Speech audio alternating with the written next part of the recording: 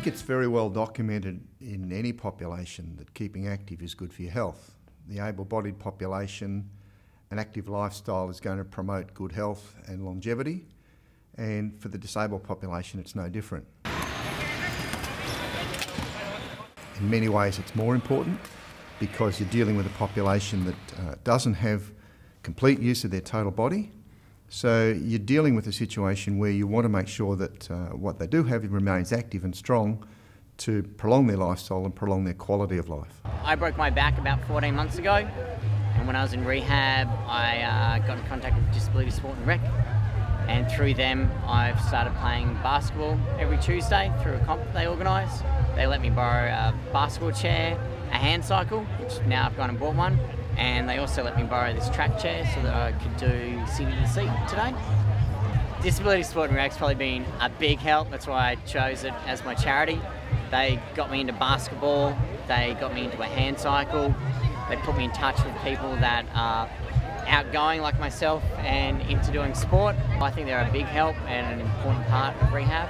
I think there has to be an umbrella group that is responsible for organising functions, for organising events, for funding programs, and they aren't necessarily available in the wider community. Some sporting organisations cater for all groups. They cater for athletes with a disability. For example, your local bowls club might be, it's quite easy in many ways for someone in a wheelchair to access that. But it may not be possible for your local tennis club or your athletics club or your swimming club to have somebody with a disability who can take part in their normal activities. So it's important to have an overall umbrella group such as this that can provide the facilities, the coaching personnel, people with the expertise to know how to deal with the athletes with a disability.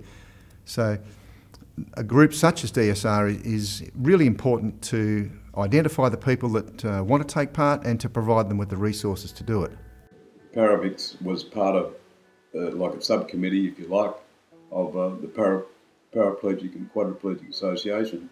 We were like a subcommittee of them, and we just report back to them how we were going and that.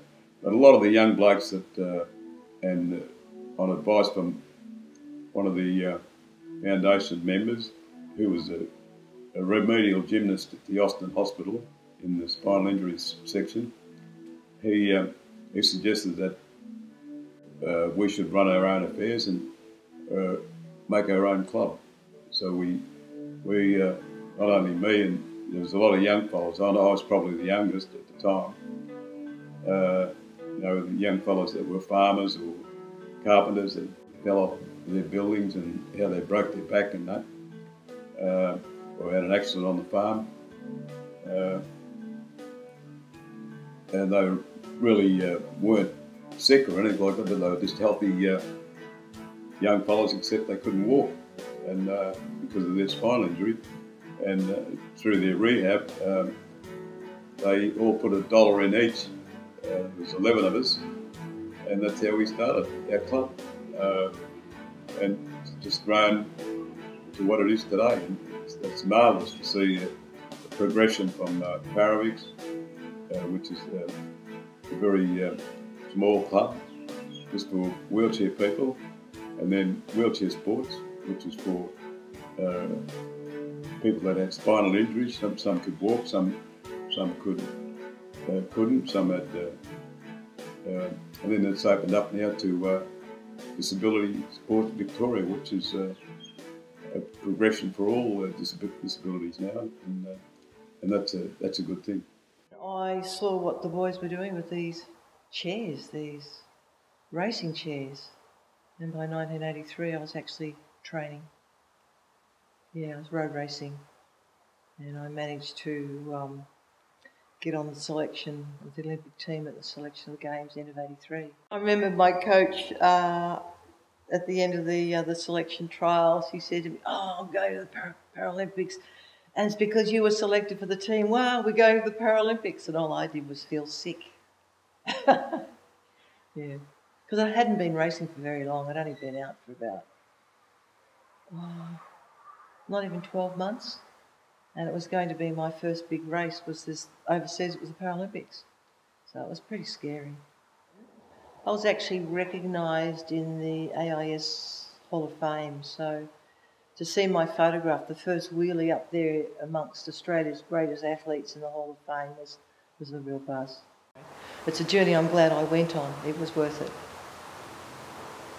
The name Disability Sport and Recreation really does highlight the fact that we are opening up our services to any person with a disability, and we'll look to engage other organisations and individual service providers in order to meet the needs of the individual. It's important for us that we've got a sector that's working together so that the full range of opportunities are brought to bear. So we've got, I guess, an exciting future. We do need to engage the support of the entire sector and need support in doing that, and we'll do that in a partnership approach in order to increase the resources and the opportunities for people with disability for the purpose of addressing health outcomes.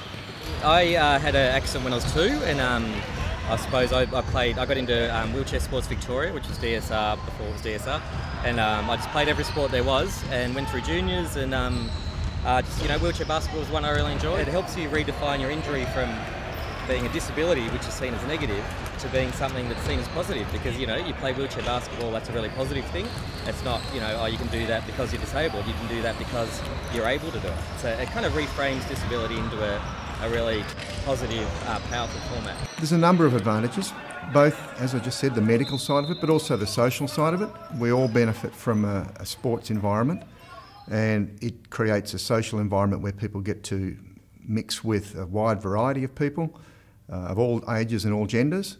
So even from that perspective, but then those that want to go on to be a more elite type athlete, there's the pathway also to do that. They can just take part from a social aspect, or they can go on to be competitive, and if they really are of the age and ability, the same as in the able-bodied population, they can go on to represent their country at a much higher level.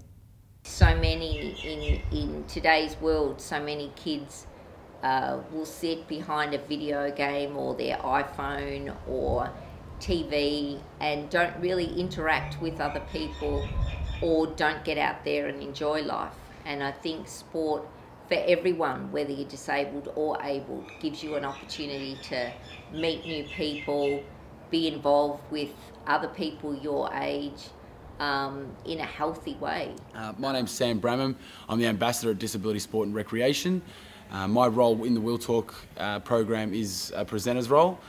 So where we go out to schools, it's a school-based education program where we visit over 25,000 students per year, over 400 different schools, presenting to the kids about diversity, disability awareness, and also not only just teaching them about it verbally, but we also get the students to jump in the chairs where they play some wheelchair basketball, so they get that physical idea of what it's like to live with a disability, build up a little bit of empathy and a bit of understanding.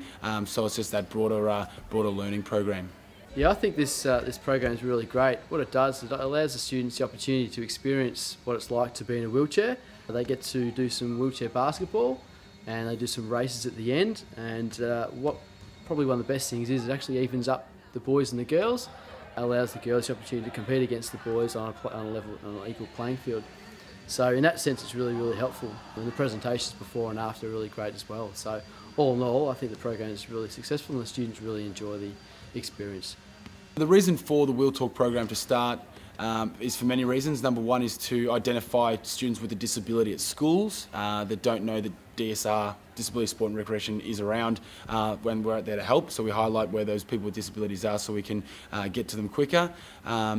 And also just for education, disability awareness, get out to schools and educate. The positives and the benefits that come with the program, number one, the smile on the kids' faces. As cheesy as it sounds, it's different for the kids as well. For them to jump in and try something that they only see on television or someone going down the street in a wheelchair, for them to actually jump in a chair themselves and do it, it's very experiential for them, and they can take a lot away from it as well. Number one, that empathy for people with disability, that range of sport, promoting a physically inactive lifestyle no matter what physical condition you're in, and that's something that they can really appreciate. And again, the program really highlights what the students have. If they've got a fully working able body and they see someone with a disability out there living a normal life, it's very motivating for them too. I think it's important for the public to realise that an organisation such as this is very important. The public often only sees the top end of athletes with a disability. The Paralympics is a great example that we've just had this year.